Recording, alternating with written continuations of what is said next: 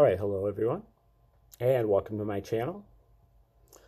We do educational videos, and we like to delve into great theories of everything, all-encompassing theories, grand unified theories, cosmologies, and tour de forces and magnum opuses, earth-shattering discoveries that you probably haven't heard about because they are obscure and usually suppressed, ignored, but come from the pens of authors who have spent a good chunk of their life working on something in obscurity, and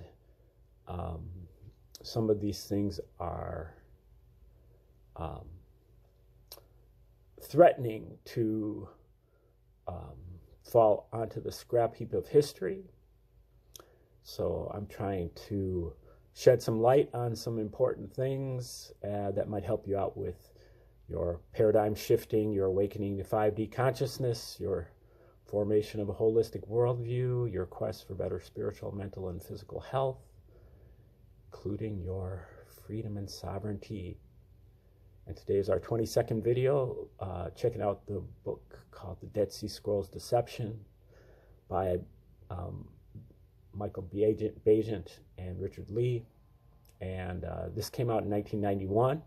So this is an 30-some-year-old book, but the Dead Sea Scrolls were originally discovered in 1947.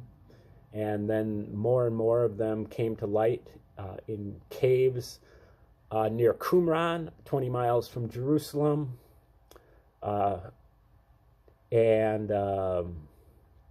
Over the next 10 years, there were findings in these caves, most of them made by Bedouin.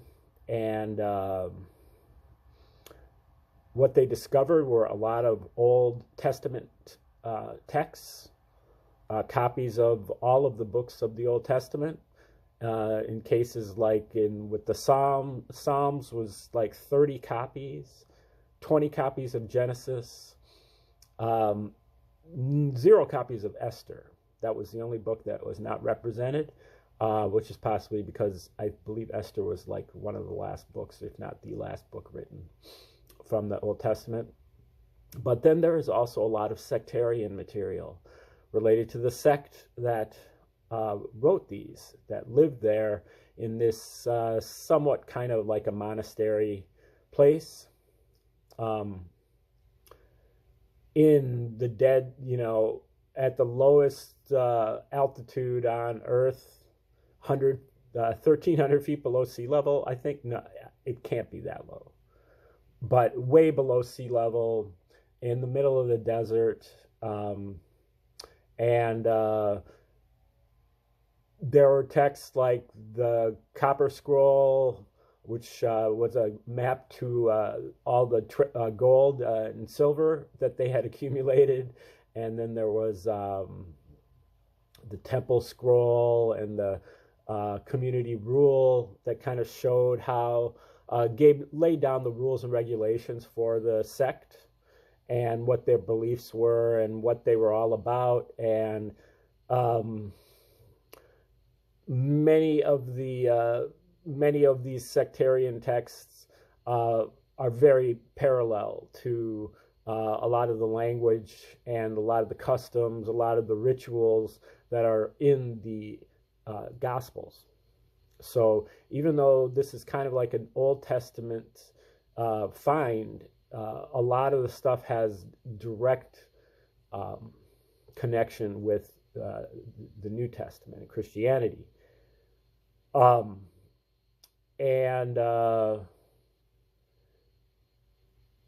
There's been the deception part of the Dead Sea Scrolls deception really relates to the international team, so-called, that was appointed to catalog all this stuff, decode it, translate it, and get it out there so that other scholars could study from it, and the lay public could benefit from these ancient documents. But somewhere along the way, early on, the mostly Dominican Catholic priests that were on the international team began to see stuff that they didn't really like, see stuff that they didn't believe in. And so they just suppressed it. And they pretty much just stopped translating the stuff that was explosive. And they just started to kind of translate the more irrelevant aspects of the corpus that they had. And even though this international team was put together in the 1950s, by the early 1990s, they had produced like almost nothing of value. Nothing that would led you to believe of what kind of powerful things were found in the Dead Sea Scrolls. So it was only through the work of Robert Eisenman and Herschel Shanks and some other scholars who kind of forced this stuff out there. These Catholic priests really just kind of pulled rank and just said, you know, we're better than you. We're the elite here. You don't get to see this. Case closed. So we're taking over right now in, I think, just chapter 11. It's on the Essenes. And so the Essenes were a sect that Jesus was said to have belonged to by many scholars. I contend that the Essenes never existed. But this is kind of probing as to whether the Dead Sea Scrolls writers were Essenes or not. And he looks at a lot of the classical authors like Josephus, Pliny,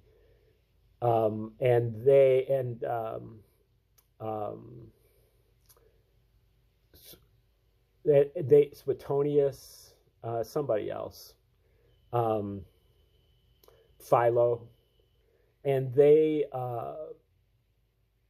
all kind of talked about the Essenes, and they described them pretty much like the people of the Dead Sea Scrolls, but they described the Essenes to be a lot more kind of pacifistic than these Dead Sea Scrolls people were.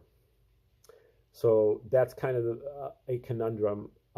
But basically, the international team is trying to bend over backwards to make sure that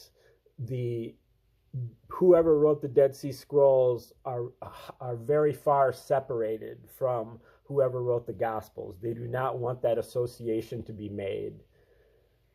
Okay, so we'll start right here. When the Dead Sea Scrolls came to light, they seemed, on the surface at least, not to contain anything that conflicted with the prevailing image of the Essenes. It was only natural, therefore, that they should be associated with the established conceptions. As early as 1947, when he first saw the Qumran text, Professor Sukenik had suggested an Essene character for their authorship.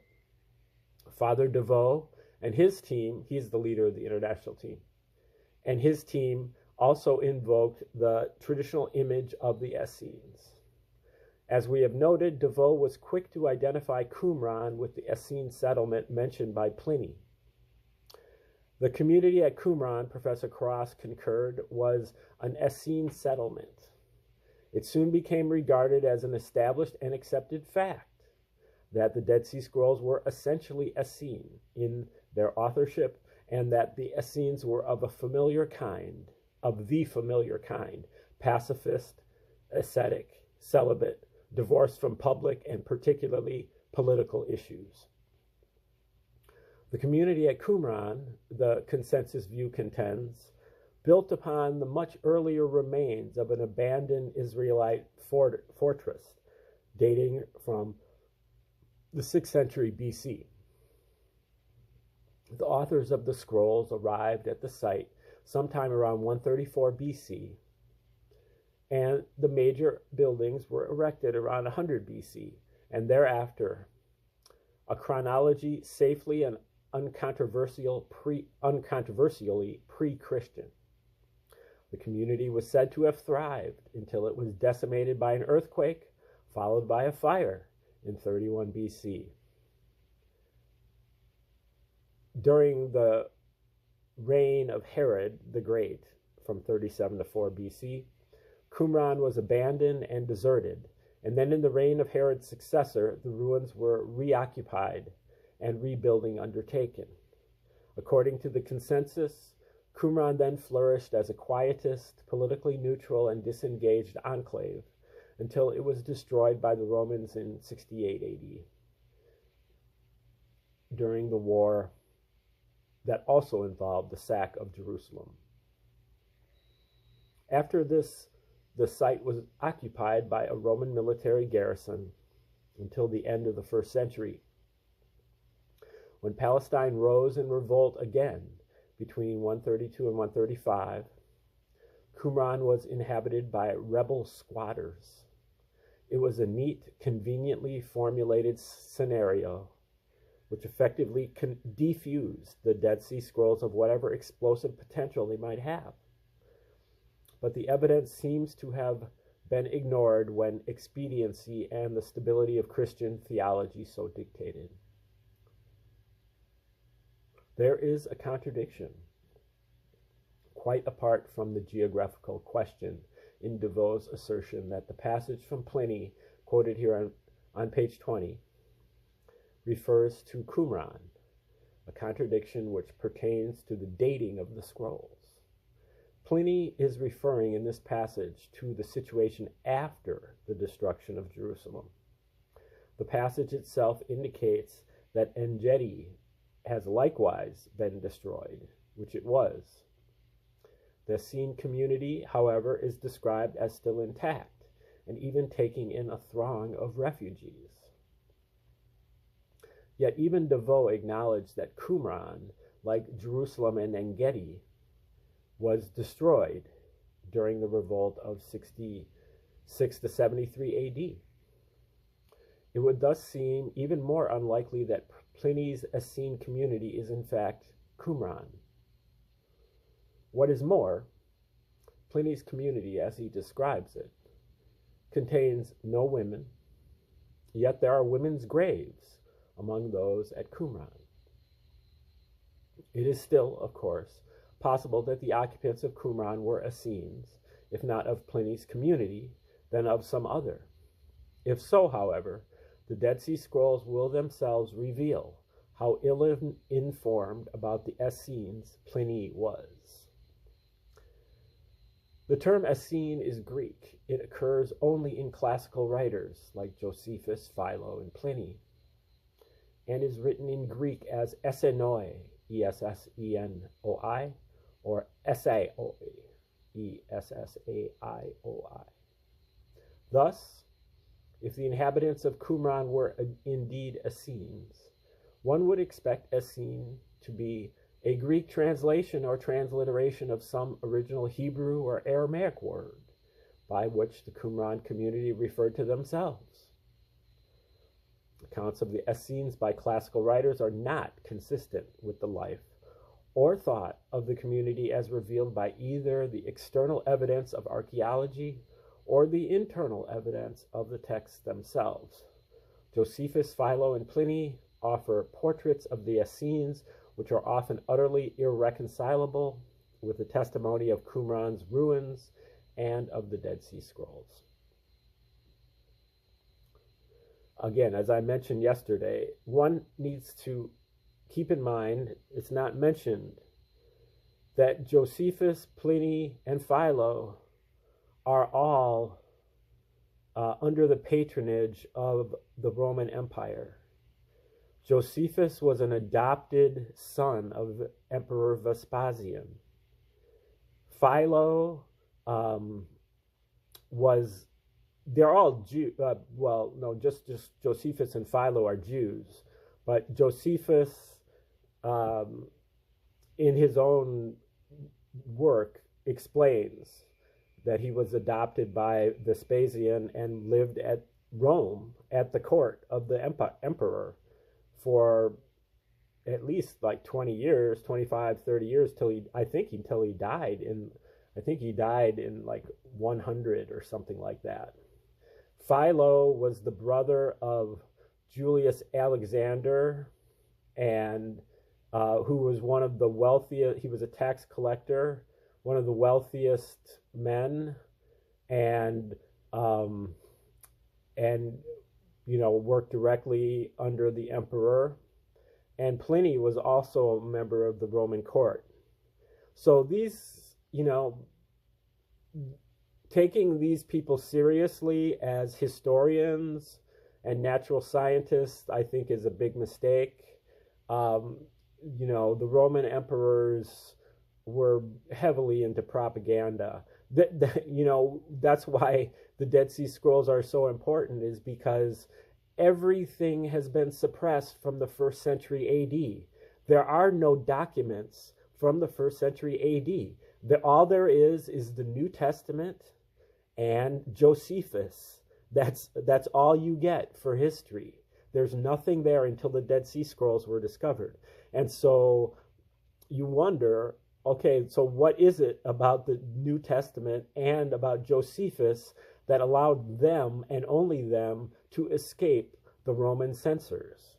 The Romans suppressed everything else except those things. So, moving on. The evidence at Qumran, both internal and external, repeatedly contradicts their accounts, Josephus, Pliny, and Philo. Some of these contradictions have been cited before, but it is worth reviewing the most important of them. 1, Josephus acknowledges that there is another order of Essenes who do marry, but this, he indicates, is atypical. In general, Josephus says, echoing Philo and Pliny, the Essenes are celibate, yet the graves of women and children have been found among those excavated at Qumran, and the community rule document contains regulations governing marriage and the raising of children. 2, none of the classical writers ever mentions anything to suggest that the Essenes use a special form of calendar. The Qumran community, however, did, a unique solar-based calendar, rather than the conventional Judaic calendar, which is lunar-based. If the Qumran community were indeed Essenes, surely so strikingly noticeable a characteristic would have been accorded some reference. And that calendar is very very important when you look at the Gospels, especially where when Jesus was crucified, that that time stood still, or I don't remember the exact language, but basically, it's kind of like the 9 o'clock hour stayed for 3 hours, nothing happened, or something like that. That's really referring to moving from one calendar to the other. It's kind of the same concept as daylight savings time, but it's a 3-hour shift instead of a 1-hour shift. And, Barbara Thiering talks a lot about how some of these different Jews use the lunar calendar and some use the solar calendar. And there was a 3-hour difference in some cases between them, some cases more. And so for some, they might be observing Sabbath, but for others, they're not observing Sabbath. And so there's certain time periods where some people can do things, but other people can't. It's pretty interesting the way she weaves all that in. We'll definitely be looking at that here in the future. Okay, 3. According to Philo, the Essenes differed from other forms of ancient Judaism in having no cult animal sacrifices.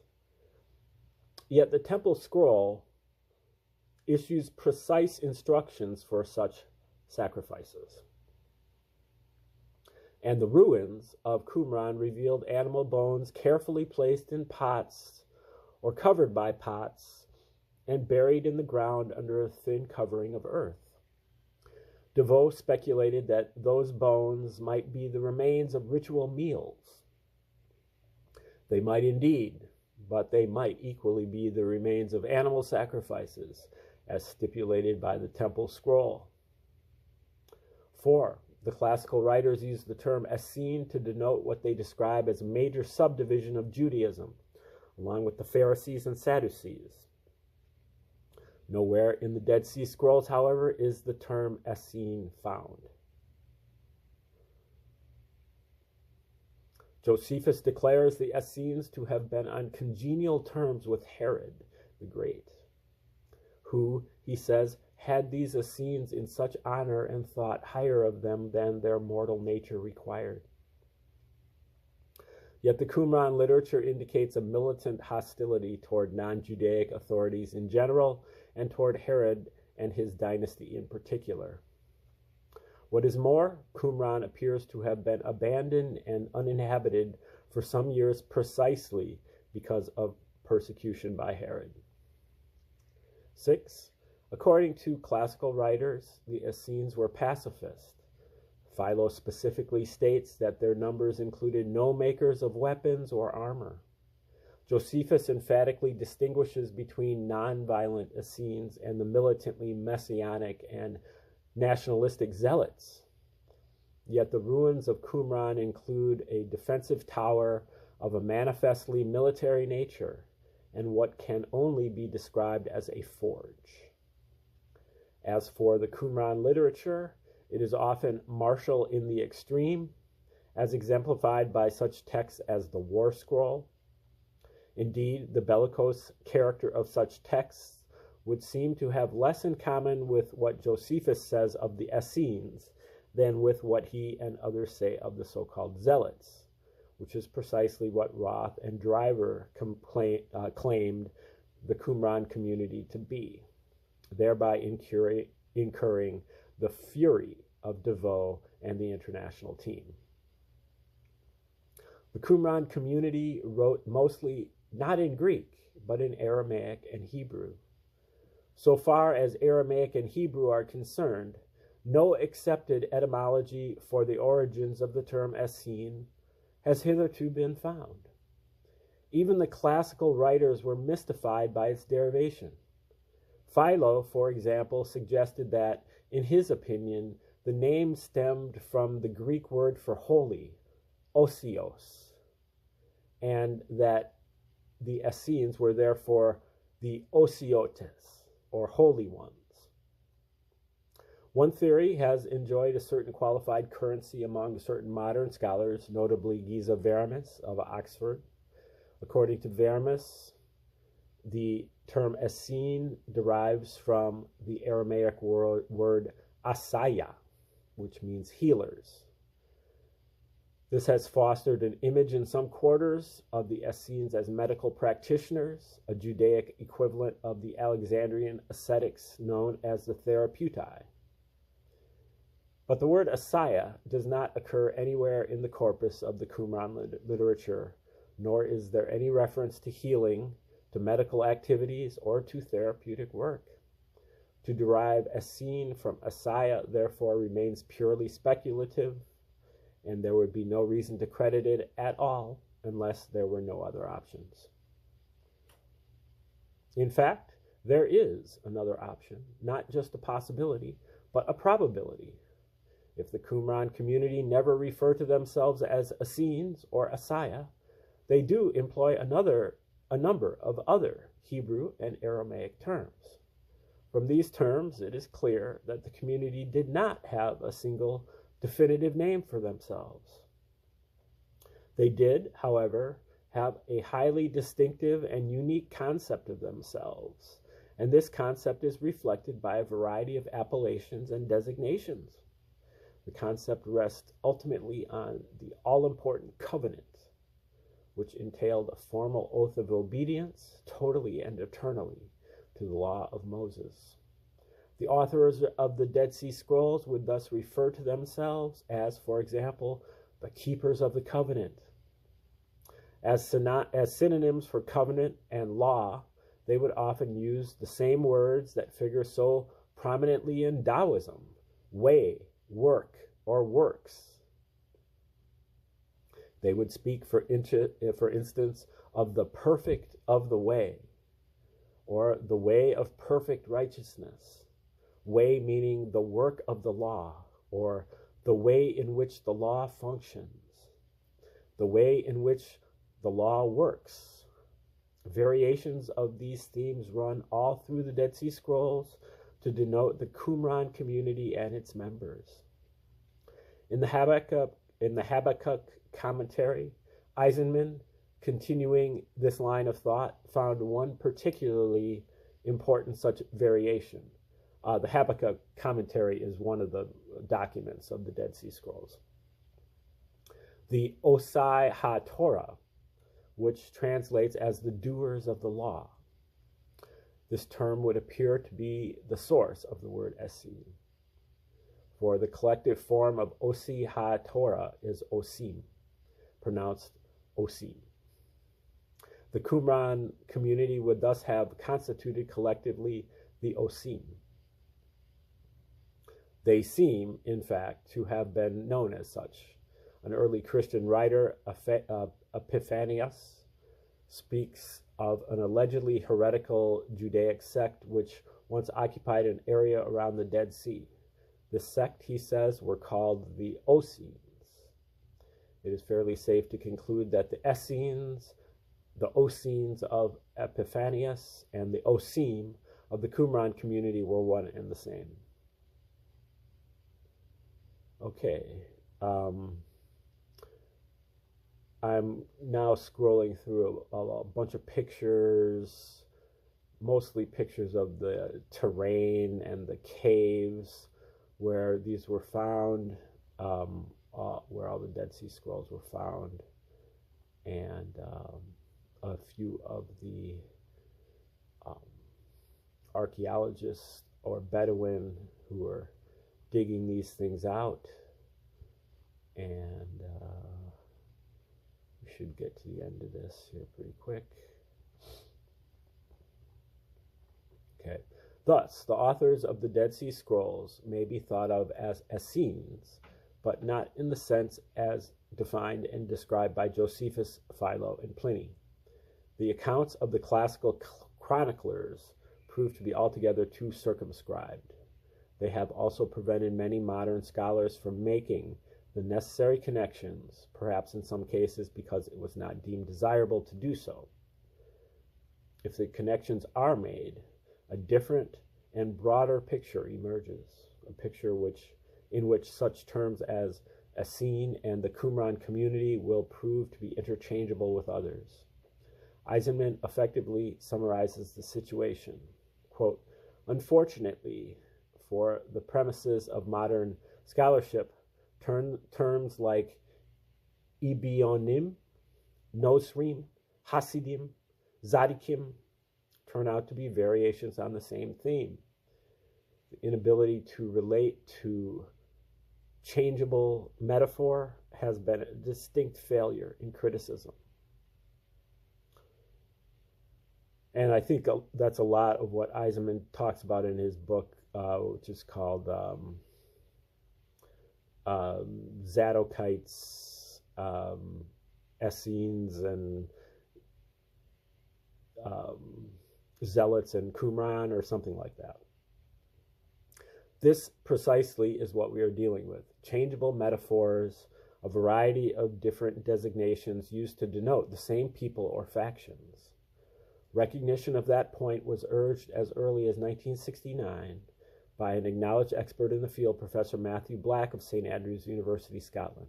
The term Essene was acceptable, Professor Black wrote, provided we do not define Essenism too narrowly, for instance by equating it exclusively with the Dead Sea group, but are prepared to understand the term as a general description of this widespread movement of anti-Jerusalem, anti-Pharisaic nonconformity of the period.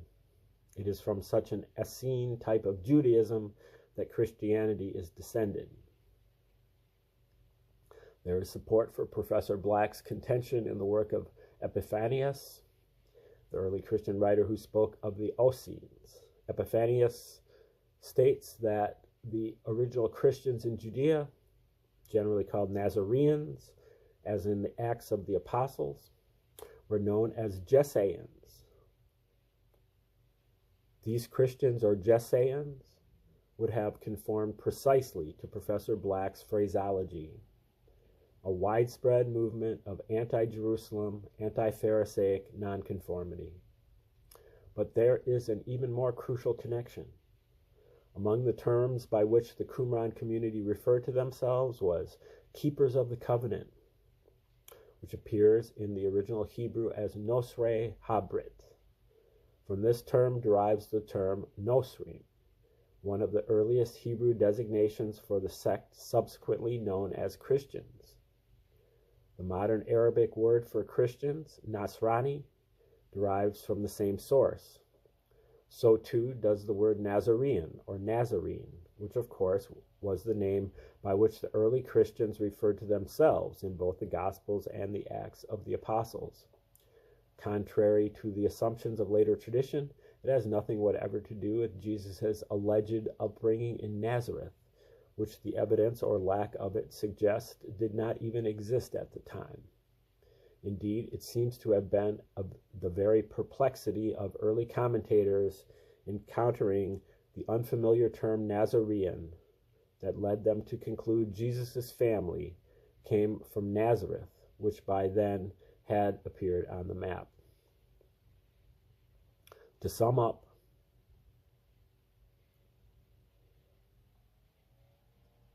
the Essenes who figure in classical texts, the Essenes mentioned by Epiphanius, and the Ossim, the Qumran community, are one and the same. So too are the Jesseans, as Epiphanius calls the early Christians. So too are the Nosrei Habrit, the Nosrim, the Nasrani, the Nazareans.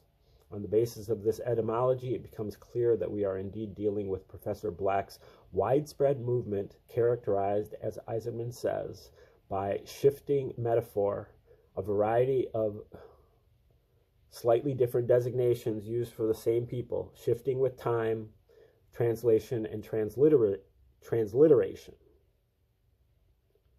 Just as Caesar evolves into Kaiser and Tsar. Okay, I think we're going to stop right there, and we'll finish this chapter tomorrow and move into the next chapter, which is called the Acts of the Apostles. And thanks for tuning in today. Come back tomorrow. Check us out.